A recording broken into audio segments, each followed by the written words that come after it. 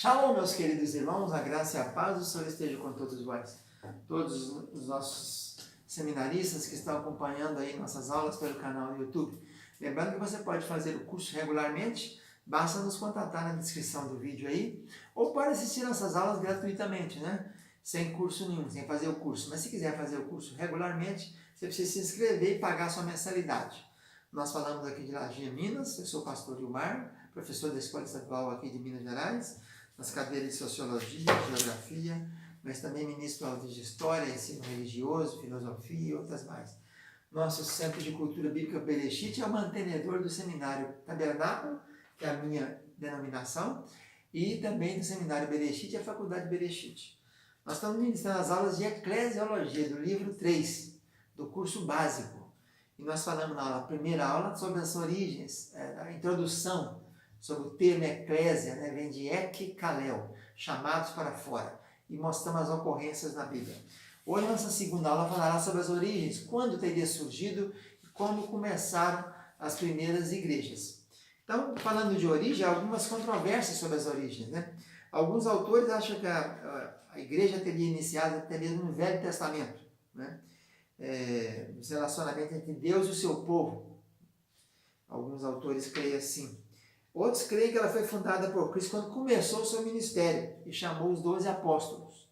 E uma terceira linha entende que ela começou após o Pentecostes, depois da morte e ressurreição de Jesus, e 10 dias depois, ele ficou 40 dias, depois mais 10 dias, 50 dias, lá no dia 6 do terceiro mês, quando ocorreu a festa de Pentecostes, ou Shavuot, que acontecia 50 dias depois do primeiro molho apresentado, no primeiro sábado depois da Páscoa.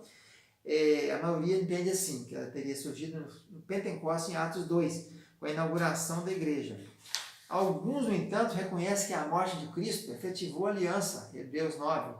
Por isso entende que João 20, a inauguração da igreja com a incorporação à nova aliança, que demonstra já serem crentes os discípulos, já estarem dentro da igreja antes de serem revestidos pelo poder do Espírito Santo. Essa é uma ideia também, tem alguns que creem assim, que então os discípulos já pertenceriam à igreja. Por isso que pegam que depois que escolheu os 12 apóstolos, depois tem a missão dos 70, mas no Pentecostes, quando eles estão no cenáculo, né, em Jerusalém, já são quase 120. Então era primeiro 12, primeiro Jesus, depois 12, depois tem a missão dos 70, e depois já são quase 120, quando estão reunidos no cenáculo, quando são batizados com o Espírito Santo. Então, ao citar a expressão eclésia pela primeira vez, em Mateus 16, edificarei minha igreja e as portas do inferno prevalecerão contra ela, Jesus falava de alguma coisa universal, não era igreja propriamente dita, né? Edificarei, o verbo kodomesso, é um verbo no futuro simples, não uma expressão de disposição e determinação. Edificarei, então é uma citação que seria no futuro. E na condição de corpo de Cristo é natural que a igreja dependa integralmente da obra concluída por ele na terra.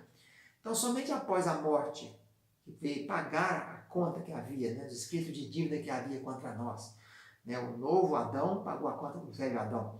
A ressurreição mostra o triunfo dele, e então a ascensão, e depois de 10 dias a vinda do Espírito Santo, que ele havia prometido: não vos deixarei órfão, enviarei o Espírito Santo, e ele vos consolará e vos ensinará. E ele diz então assim: ficai em Jerusalém, até que era do alto, sejais revestidos do poder dele. Recebereis poder ao descer sobre vós o Espírito Santo, e sereis testemunhas, tanto em Jerusalém, como na Judeia, na Samaria, até os confins da terra.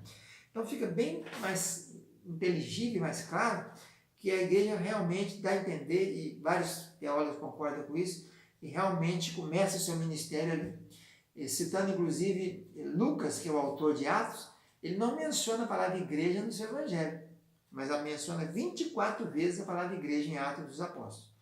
Então não há conceito de igreja antes desse evento, que é a morte vicária de Jesus, pagando por nós então o preço e nos trazendo das trevas para a luz, né? E também na morte de Jesus, você sabe, a gente sabe pela Bíblia que ele desceu à região inferior da terra, levou cativo o cativeiro, encheu o universo, deu os dons aos homens e triunfou chegando no céu, mostrando então o seu despojo, que seria a obra, né? E Isaías, falando sobre o servo vicário, diz: e ele ficará satisfeito ao ver a sua obra realizada. Então a igreja, o histórico dela é esse, ela começa então, na sua maioria de entender, e eu particularmente creio assim também, com a descida do Espírito Santo na festa de Pentecostes, também chamada de Shavuot. Durante a era patrística, os primeiros pais da igreja, após os apóstolos, né, João é o último apóstolo a morrer, o período dos pais da igreja, que vai até lá pelo ano 200, então temos várias dificuldades, muitas perseguições, né? Na carta do Apocalipse, Esmirna, que seria mais ou menos assim uma história dos 7 tempos da igreja, Éfeso, Esmirna, Pérgamo, Tiatira, Sardes, Filadélfia e Laodiceia, que seria uma parte histórica, né? Do início ao fim do arrebatamento da igreja. A gente vê que teve várias perseguições, as 10 grandes perseguições movidas pelo Império Romano, né? Os líderes foram caídos, os apóstolos morreram, depois aqueles que viveram com os apóstolos, e depois começaram então a aparecer no meio da igreja as dificuldades com as heresias, com aqueles paganismo que foi penetrando sorrateiramente, né? Depois teremos o surgimento da ascensão. Começa então ali primeiro Jerusalém, que era a sede principal, e se destaca então Tiago, né? E Paulo diz que as colunas da igreja eram Pedro, Tiago e João. Depois Herodes Agripa mata Tiago. O Tiago, no caso ali, é o Tiago, que é o irmão de João, mas esse Tiago que dirigiu as primeiras reuniões da igreja em Jerusalém era o Tiago, irmão de Jesus, que veio a se converter depois, no finalzinho, depois da morte de Jesus. Inclusive, Jesus apareceu a Tiago também, apareceu a Pedro, a Tiago, é o que Paulo menciona. Então, algumas igrejas destacaram, a primeira de Jerusalém, depois de Antioquia, onde criou-se ali um centro, né, dispersor, um centro de missionário, onde Paulo estava lá junto com mais outros profetas e apóstolos que havia ali, e saíram dali as primeiras viagens missionárias, com Paulo e Silas, Paulo e Barnabé primeiro, depois Paulo e Silas. Então, criaram esses centros. E também Alexandria, onde havia muitos judeus, por isso a Bíblia foi traduzida do hebraico para o grego em Alexandria antes de Cristo. E esses 3 pontos principais começaram a se destacar. Depois que vai entrar Roma, porque Roma foi bem mais tardia a evangelização em Roma, né? Paulo esteve em Roma lá, pregando lá, já nos anos 60, logo depois ele iria morrer nesse tempo aí. Então nós estamos falando e falamos um pouquinho sobre as origens da igreja nos seus primórdios. Lembrando que a igreja é uma congregação dos chamados para fora. Então foram aqueles primeiros membros da igreja, foram todos judeus. Depois se começa a entrar os gentios na igreja, né? Porque com Pedro, quando ele está em Jope, tem aquela visão do lençol descendo, com muitos répteis, ele não come, e ele diz não come, ele diz Deus, então como você vai chamar, não considere impuro o que eu considero santo. E logo depois tem aqueles homens ali embaixo chamando Pedro, amando de Cornélio, que está em Cesareia. Então Pedro começa então a evangelização, o evangelho, a igreja chega nos gentios. Os primeiros membros são todos judeus, né? Paulo é um judeu convertido, e Ananias e os próprios discípulos de Jesus, todos eram judeus.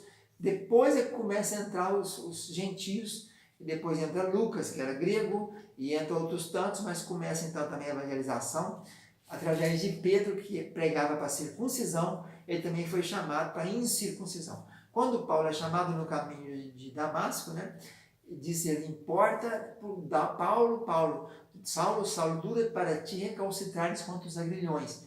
E você para mim um vaso precioso que levará a minha palavra aos gentios. Então Paulo foi o apóstolo dos gentios. Mas Pedro também acabou pregando para os gentios, para os incircuncisos, na casa de Cornélio, que era centurião romano.